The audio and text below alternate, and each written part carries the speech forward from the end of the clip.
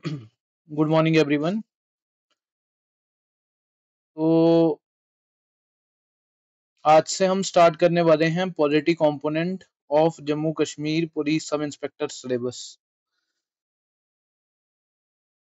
तो sir, Indian polity and governance में सबसे पहला टॉपिक जो आता है वो आता है historical underpinnings and constitutional development of India. Historical underpinnings का मतलब ये है कि हमारा कॉन्स्टिट्यूशन इनैक्ट होने से पहले, हमारा कॉन्स्टिट्यूशन बनने से पहले ब्रिटिश टाइम में ऐसे कौन से एक्ट्स आए जिन्होंने कॉन्स्टिट्यूशनल डेवलपमेंट में सहयोग दिया। ठीक है, तो कॉन्स्टिट्यूशनल इस लेक्चर को हम बिल्कुल नोट मेकिंग फॉर्मेट में करेंगे। मैं टॉपिक लिखाऊंगा, उसके नोट्स वर्बल फॉर्म में खुद भी बनाऊंगा और आपको भी बनवाऊंगा। ऐसा होता है कि ये टॉपिक ऐसा है कि इसमें आपको कंटेंट नहीं मिलता, तो आप मेरे साथ साथ कंटेंट बनाओगे इसमें। ठीक है। और जो नेक्स्ट टॉपिक ऑनवर्ड्स हैं, जैसे कि मेकिंग ऑफ द कॉन्स्टिट्यूशन, उसमें मैं वैल्यू एडिशन पीडीएफ लेके आऊंगा और उसमें आधा लिखवाऊंगा और आधा मैंने इन द प्रेजेंटेशन फॉर्मेट में दिया होगा, जो कि जिससे आपके लिए आसानी होगी वो चीज समझने के लिए। तो हर एक चीज हम समझ समझ के करेंगे। तो चलो स्टार्ट करते हैं। सर, सबसे पहले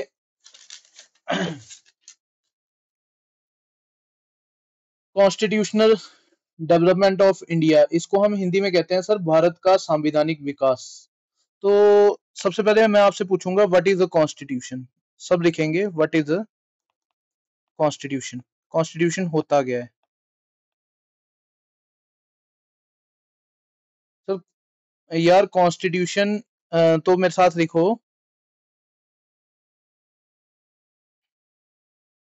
constitution is a rule book of all the rules and laws of the country.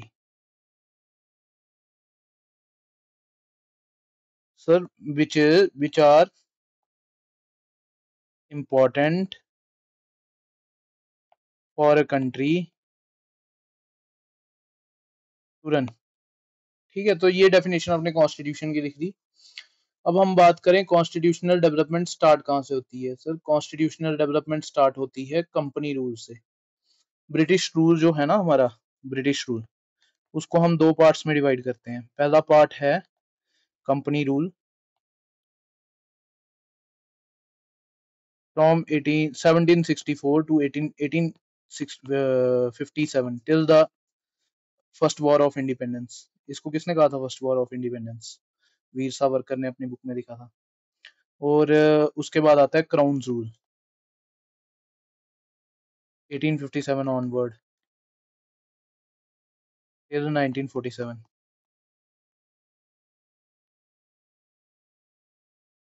ठीक है, तो यार सबसे पहले हम कंपनी रूल के बारे में लिखेंगे। मेरे साथ लिखो आप company rule. What is a company rule? Sir, company rule ऐसा है कि देखो, इन 1600 एडी 216 बिजनेसमैन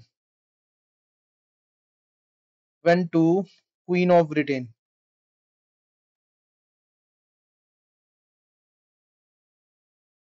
उस टाइम पे ब्रिटेन की क्वीन कौन थी?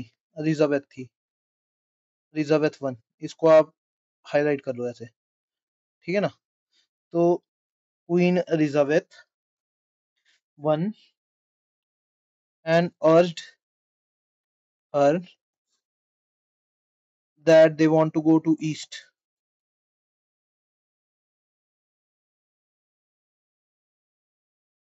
Why they want to go to east? Sir, क्यों जाना चाहते थे वो जाना चाहते थे so that they can trade with India।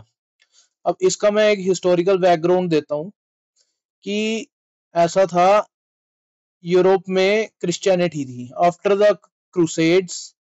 Crusades world history में जब आप पढ़ोगे, वो ज्यूज और क्रिश्चियंस के बीच में और क्रिश्चियंस और मुस्लिम्स के बीच में लड़ाइयों को कहा जाता है, और आपस में क्रिश्चियन आइडियोलॉजीज के बीच में लड़ाइयों को कहा जाता है। Sir, that was the period of turmoil in Europe. वो सर, उस टाइम पे यूरोप में बहुत सारी लड़ाइयां हो रही थी। तो क्रूसेड के बाद में रूल ऑफ चर्च आता है वहां पे। कहाँ पे? ब्रिटेन में। जब चर्च का रूल आता है सर, तो वो कहते हैं कि हम तो बाइबल में जो लिखा है वही सच मानेंगे।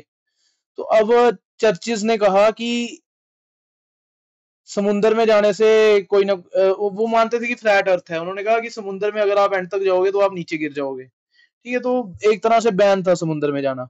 तो ऐसा था कि जितना भी ट्रेड रूट था ना इंडिया से यूरोप का, वो कंट्रोल किया जाता था बाय द टर्किश पीपल्स।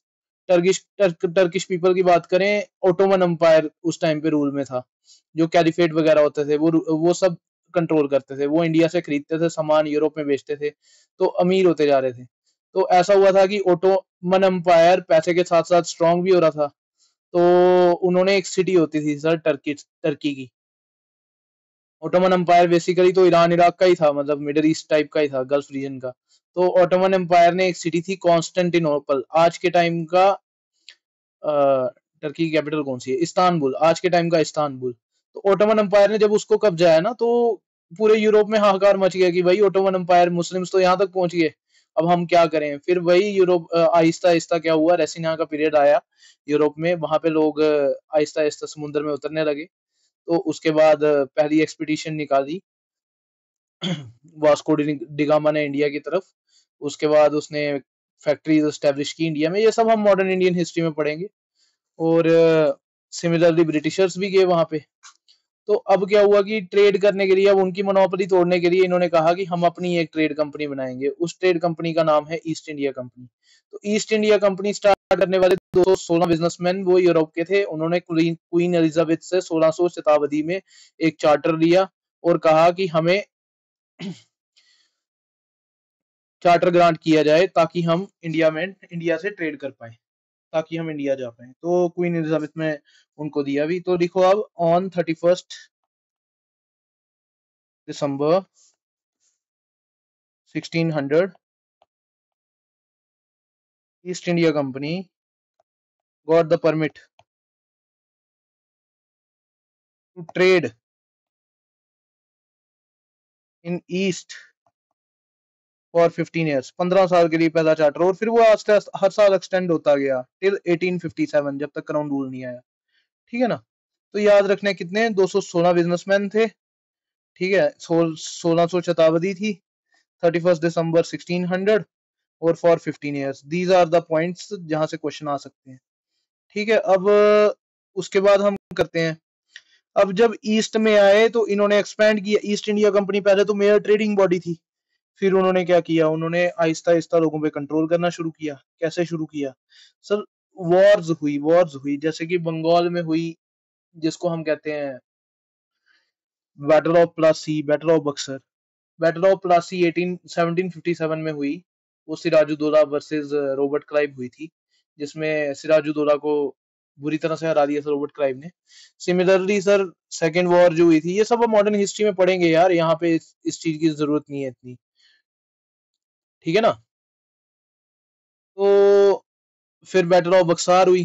तो आहिस्ता आहिस्ता जो ईस्ट इंडिया कंपनी थी ना, वो सिर्फ मेयर ट्रेडिंग बॉडी नहीं रही थी, वो एक गवर्निंग एडमिनिस्ट्रेटिव बॉडी की तरह एक्ट करने लग पड़ी थी। बंगाल के दीवानी राइट्स मिल गए थे उसको। सिमिलरली मद्रास उनके कंट्रोल में आ गया था। सिमिलरली सर, बॉम्बे में उनका कंट्रोल आहिस्ता आहिस्ता बढ़ने लग पड़ा था। ठीक है ना? बॉम्बे पोर्टुगीज ने दहेज में दिया था, किनको? ब्रिटिशर्स को। और उन्होंने उसको कॉलोनी बनाया, आहिस्ता आहिस्ता वहां पे एडमिनिस्टर करना शुरू किया। तो अब हो क्या गया था कि East India Company mere trading body नहीं रही थी, it is now a governing body. So to regulate the governing activities of East India Company, तो ब्रिटिश पार्लियामेंट ने क्या निकाला? 1773 रेगुलेटिंग एक्ट।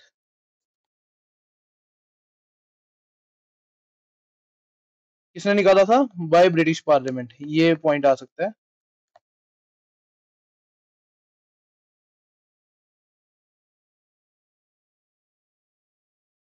क्यों निकाला सर? इसको हम क्या कहते हैं? First step towards Indian constitution. उस टाइम पे 3 ब्रिटिश कॉलोनीज थी।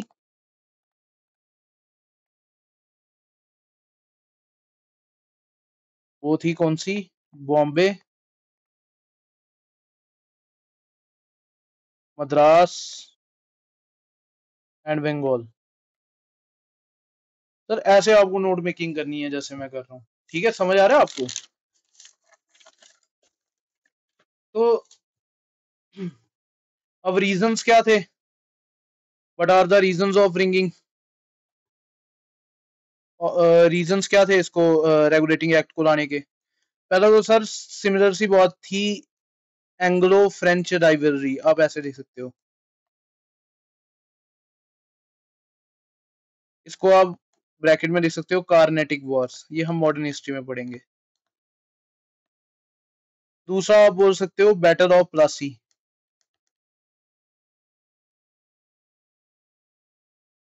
1757। किस किस के बीच में हुआ था? Sirajuddaula versus Robert Clive. तीसरा आप देख सकते हो बैटल ऑफ बक्सार, ये किस किस के बीच में हुआ था? तीन लोग थे, शाह आजम टू, ये मुगल एम्पायर का था, शुजाउद्दौला, ये इलाहाबाद का था, और तीसरा था मीर कासिम, ये बंगाल का था। सर मीर कासिम जो था ना, उसको बिठाने वाले भी ब्रिटिशर्स ही थे, ब्रिटिशर्स और जगत सेठ। पर मीर कासिम ने आहिस्ता आहिस्ता इनकी बातें माननी बंद करती थी। कभी आपने जगत सेठ के बारे में सुना है? जगत सेठ के बारे में, हु वर जगत सेठ? तो जगत सेठ एक टाइम पे दुनिया के सबसे अमीर इंसान थे, जो बंगाल के मर्चेंट बैंकर्स थे। मर्चेंट बैंकर्स, मर्चेंट बैंकर्स मतलब सर ये लोन दिया करते थे मर्चेंट्स को, वो लोन दिया करते थे और उसका इंटरेस्ट वसूल कर करके ये दुनिया के सबसे अमीर लोग हुए थे। सर मराठास ने भी इनकी कोठियों के ऊपर रेड्स मारी हैं, अगर आप मॉडर्न इंडिया हिस्ट्री अच्छे से पढ़ोगे तो बताऊंगा मैं आपको ये सब, ठीक है ना? वर्सेस ब्रिटिशर्स, ठीक है? तो ये बैटल ऑफ बक्सार भी हो गया, रीजंस भी हमने पढ़ लिए। अब सर रेगुलेटिंग एक्ट में किया गया गया, अब आप 1773 रेगुलेटिंग एक्ट लिखोगे, इसमें क्या क्या किया गया? सबसे पहले तो जो गवर्नर ऑफ बंगाल था उस टाइम पे, गवर्नर ऑफ बंगाल था वैरन हेस्टिंग उस टाइम पे, उसको बना दिया गया governor general of Bengal.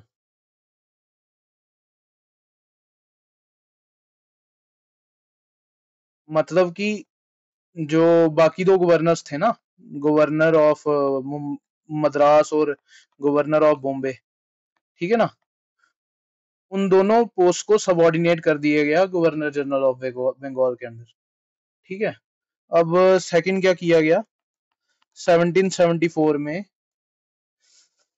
First supreme court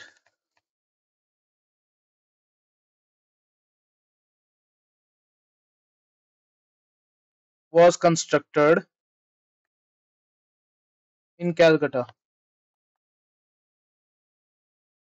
तो ये पूछ सकते हैं कि first supreme court of India was constructed in which city, तो चार ऑप्शंस दे देंगे, इसमें आंसर आ सकता है आपको कैलकाटा, ठीक है?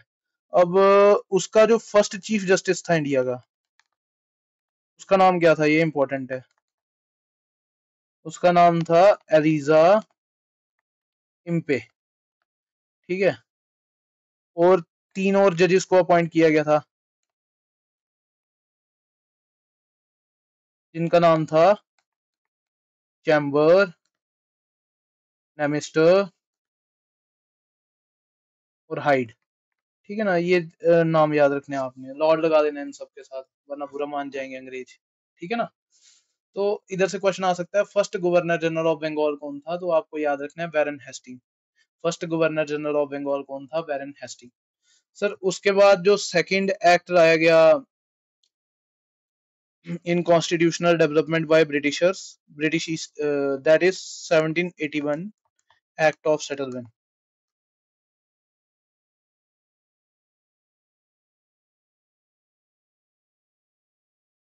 1781 एक्ट ऑफ सेटलमेंट के अंदर क्या क्या उन्होंने कहा, कलकत्ता गवर्नमेंट, लिखो,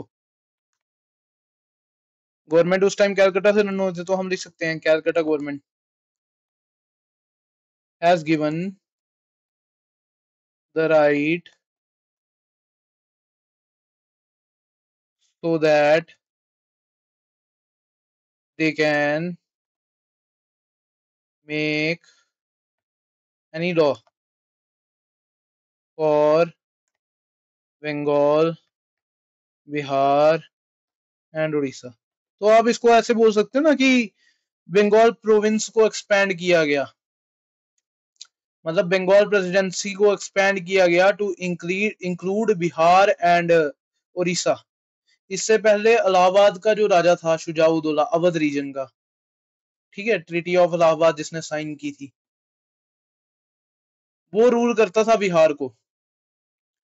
तो जब उन्होंने हराया ना, तो उन्होंने मैक्सिमम सोल्जर्स रिक्रूट करना स्टार्ट कर दिए अवध रीजन से। तो सर ये एक स्ट्रेटेजिक इंपॉर्टेंस वाला रीजन हो गया ब्रिटिशर्स के लिए। अब अवध के बाद पड़ता है बिहार।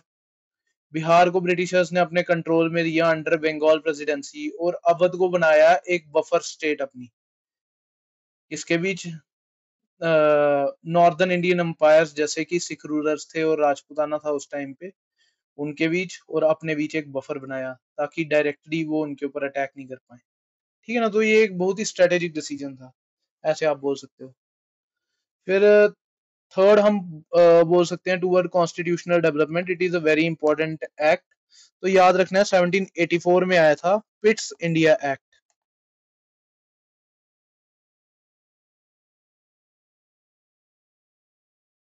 पिट्स इंडिया एक्ट की बात करें,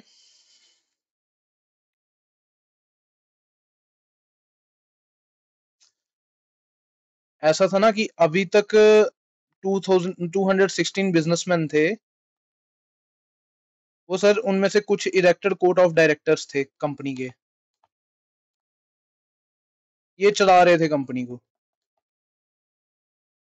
ईस्ट इंडिया कंपनी को। पर अब इन्होंने कहा कि हम डिवाइड कर देंगे कंपनी, क्योंकि अब एक एडमिनिस्ट्रेटिव बॉडी भी बन गई है। अब हम डिवाइड कर देंगे कंपनी के वर्क को in commercial work and in administrative work. तो हम बोल सकते हैं डिवाइडेड कंपनी फंक्शंस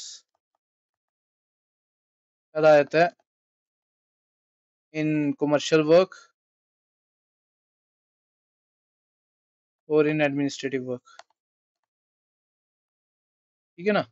अब इसको कौन हैंडल करेगा, इसको करेंगे सीओडी, कोर्ट ऑफ डायरेक्टर्स, जो हमने बोला। और जो इसको करेगा वो कौन करेगा, बोर्ड ऑफ कंट्रोल। अब बोर्ड ऑफ कंट्रोल को अपॉइंट कौन करेगा, बोर्ड ऑफ कंट्रोल को अपॉइंट करेगी ब्रिटिश गवर्नमेंट। अब देख लो सर, एडमिनिस्ट्रेटिव अफेयर कंपनी के ब्रिटिश गवर्नमेंट ने अपने अंदर लाना शुरू कर दिए। ठीक है ना, पिट्स इंडिया एक्ट से। तो इसलिए ये एक्ट बहुत इंपॉर्टेंट है।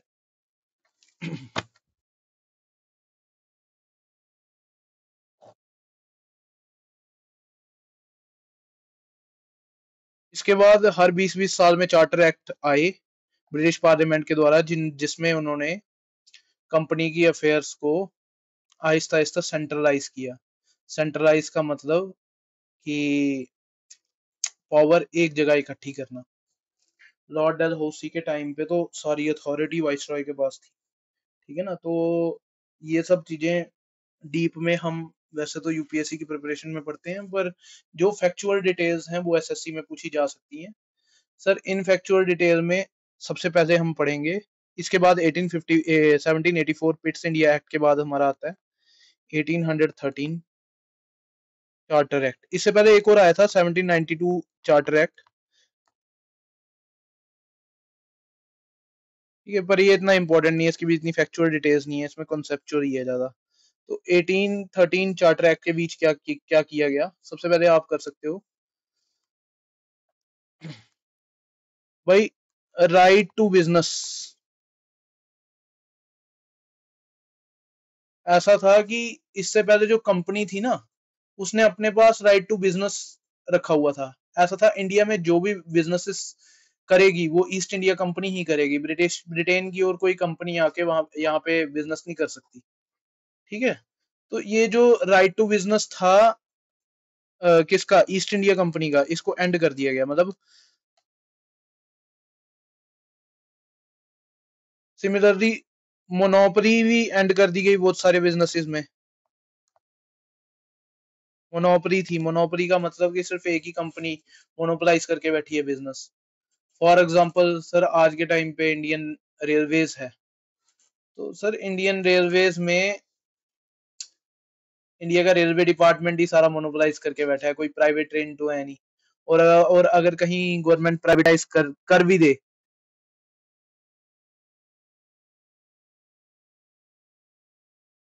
और अगर कहीं प्राइवेटाइज कर भी दे तो सर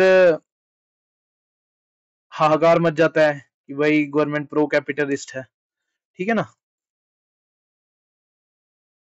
मोनोपोली एंडेड, पर सिर्फ दो स्फेयर्स को छोड़ के। पहला चाय और दूसरा चाइना। ठीक है, टी एंड चाइना। बात ये थी कि इसकी मोनोपोली अभी भी ईस्ट इंडिया कंपनी ही टी में ट्रेड करेगी, और चाइना के साथ ट्रेड भी सिर्फ ईस्ट इंडिया कंपनी ही करेगी। अब पहली बार ऐसे आप देखो, first time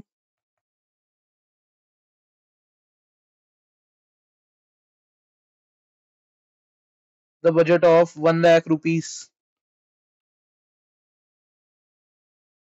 was allotted towards education in India। और इसमें और क्या कहा गया, इसमें कहा गया कि any law by 3 presidencies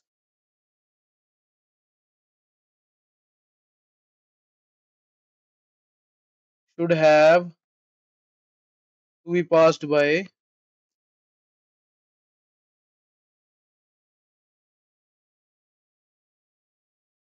British parliament.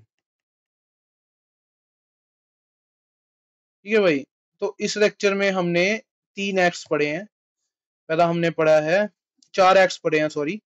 1773 regulating act, उससे जो चीज पूछी जा सकती है वो हमने पूरी पढ़ी। 1781 एक्ट ऑफ सेटलमेंट, उसके बाद 1784 पिट्स इंडिया एक्ट, और 1813 चार्टर एक्ट। तो नेक्स्ट वीडियो में हम क्या करेंगे, नेक्स्ट वीडियो में हम 1833 चार्टर एक्ट से स्टार्ट करेंगे और टिल 1935 तक पढ़ेंगे। ठीक है ना। तो good bye everyone, next video का वेट करो और सब्सक्राइब टू अंडरडॉग्स।